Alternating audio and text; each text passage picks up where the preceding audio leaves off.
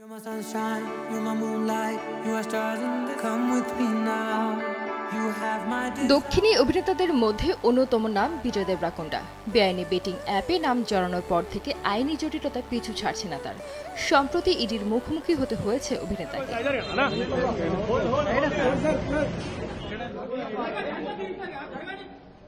ভারতীয় সংবাদ মাধ্যম থেকে জানা যায়, বুধবার হায়দ্রাবাদের বশিরাবাগে ইডির অফিসে পৌঁছান তিনি। বেআইনি বেটিং অ্যাপ সংক্রান্ত জিজ্ঞাসাবাদের জন্য বিজয়কে ডেকে পাঠিয়েছিল ইডি।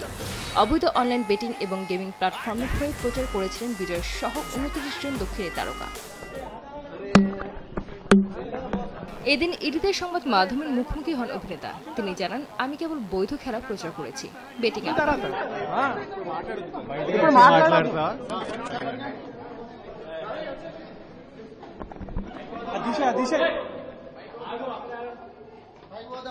বিজয় দেবরাকোন্ডা ছাড়াও আরও যে অভিনেতাদের নামে মামলা দায়ের করা হয়েছে তাদের মধ্যে রানা দাগুপতি, প্রকাশ রাজ, লক্ষ্মী মাংসুকেও ইডি সমন পাঠায়।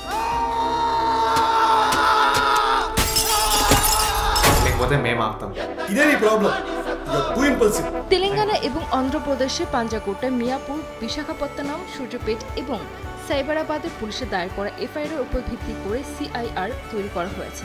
প্রশাসনে দায়ের করা সমস্ত এফআইআরে অভিযোগ করা হয়েছে বিনোদন দুনিয়ার বেশ কিছু খ্যাতনামী এবং নেট প্রভাবী অনলাইন জুয়া খেলার পাশাপাশি বেটিং অ্যাপেরও প্রচার করেছেন।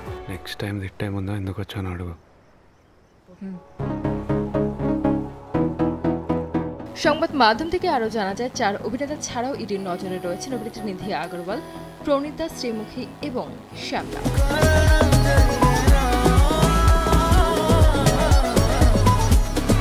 এদিকে Arjun Reddy, dear comrade, world famous lover, Geetha Govindam ও খুশি এর মতো দক্ষিণী সিনেমাতে অভিনয় করে জনপ্রিয়তা পান বিজয়।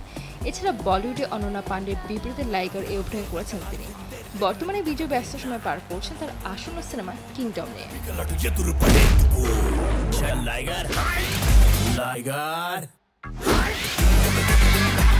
সঞ্জিত আক্তার, দেশ টিভি।